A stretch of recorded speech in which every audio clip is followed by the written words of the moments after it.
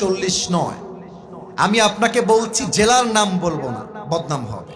হোটেলে ছিলাম ভাই, আমরা তো প্রোগ্রাম করি রাত 2টা 3টা 1টার সময় মানুষের প্রোগ্রাম শেষ হয়, ঘুমালে মাথায় সেন্স থাকে না।